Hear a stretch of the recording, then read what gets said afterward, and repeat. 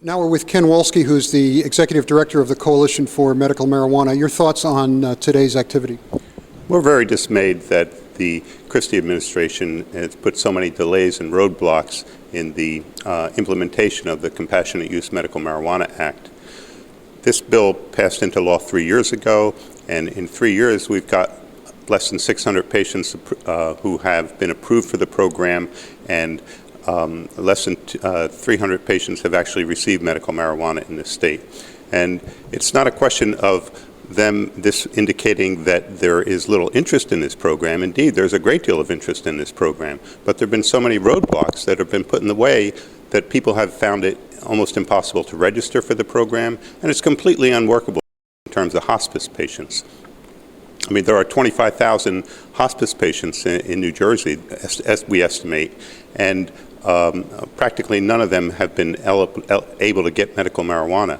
There's a 3 to 5 month waiting period to obtain this marijuana, and these hospice patients have a diagnosis of less than 6 months to live. So it's a completely unworkable program for people it's intended to work for.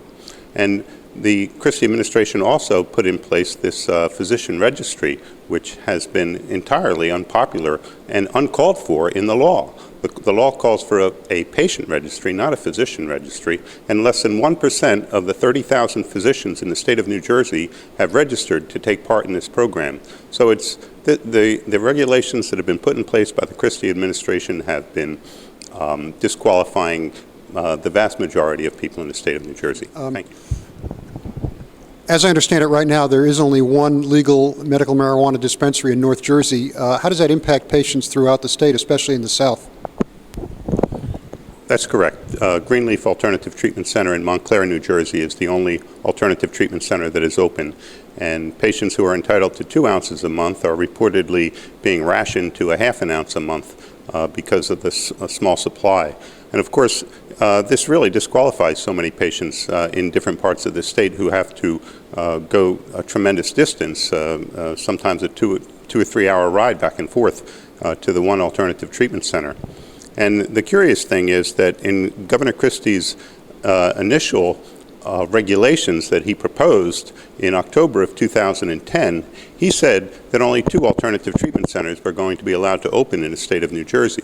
And sure enough, 3 years into his administration, only one has opened, and there is a possibility that a second one may open by the end of his term.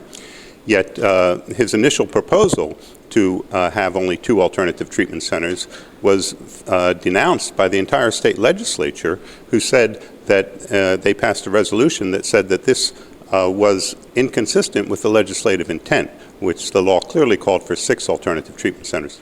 My name is Ken Wolski. I'm a registered nurse, and I've practiced as an RN for the last 36 years in the state of New Jersey and in Pennsylvania. 20 years ago, I met a glaucoma patient by the name of James Burton. This was in 1993. Mr. Burton had glaucoma, and no medicine was stopping him from going blind. His ophthalmologist recommended that he use medical marijuana. Mr. Burton was a farmer, and he grew marijuana on his farm. The government found it growing there. They arrested him, they tried him, and they convicted him despite his ophthalmologist's testimony at his trial. Mr. Burton spent a year in prison, part of that time in a maximum security prison. And while he was in prison, the government confiscated his home and his farm for growing that marijuana. To me, this was a tremendous social injustice, and I vowed to try to stop this from happening to other legitimate patients.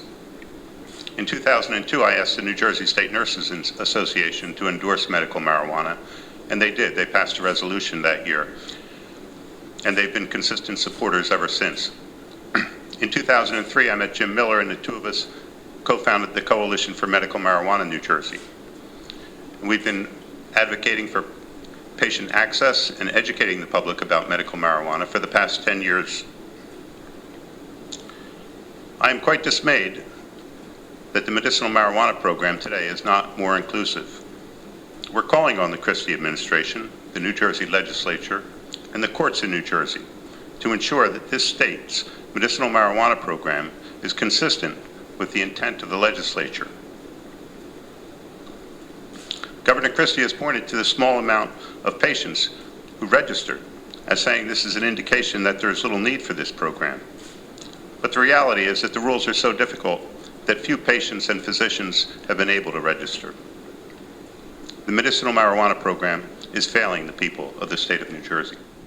We are with Jay Lassiter, who is a familiar face to many of our readers, but he's also the media director for the Coalition for Medical Marijuana in New Jersey. And we're here to talk about the status of the medical marijuana law that was signed over 3 years ago by Governor Corzine. Where do we stand on that, Jay? Well, readers of Blue Jersey know that the New Jersey medical marijuana law was signed over 3 years ago. It's 3 years, and thousands of sick and dying patients in New Jersey still have no legal or safe access to their medicine. And, well, basically, we think that's an atrocity for a lot of different reasons. I think for the Blue Jersey community in particular, this issue is a really great topic to provide a stark contrast between Governor Chris Christie and Senator Barbara Buono, who's actually, obviously running to upend the governor. This issue highlights the differences between Chris Christie and Barbara Buono. Whereas Chris Christie has played politics and thrown every conceivable bureaucratic hurdle at patients and doctors and everyone who's in a good faith effort trying to make this program work, Barbara Buono has been a consistent champion for people who are ill and require medical cannabis. She voted for this bill on committee several times. She voted for it on the floor, and she's been a consistent voice for people on the margins, and that describes people who have cancer, who have AIDS, who are in hospice, et cetera.